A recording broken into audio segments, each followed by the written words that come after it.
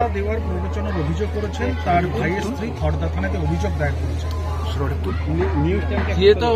তো পুরো সাজানো, সব লোক জানে।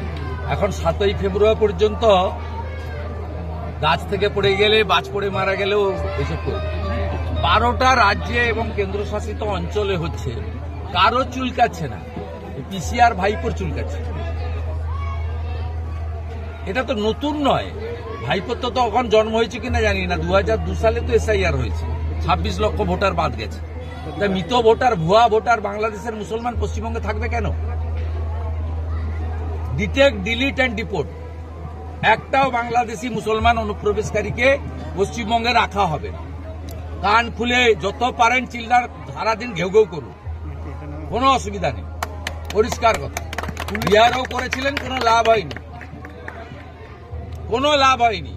মৃত ভোটার থাকবে না এখানে। গড়চক্রবেড়িয়া, ভূতামোড়, এই কেন্দামারির বিভিন্ন বুথে, দাউদপুরের বিভিন্ন বুথে, শামসাবাদে সব মৃত ভোটারের নাম ভোট দেয় এরা বিকেলবেলা।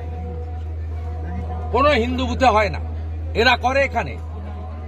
সকালবেলা গামছা পরে ভোট দেয়, দুপুরবেলা প্যান্ট পরে ভোট দেয়, বিকেলবেলা লুঙ্গি পরে ভোট দেয়। পুলিশ বলছে কেন থাকবে? হাতে ঘা লেগেছে এবং বুঝতে পারছে যে যাবে। আর সম্পূর্ণ মিথ্যা, সাজানো।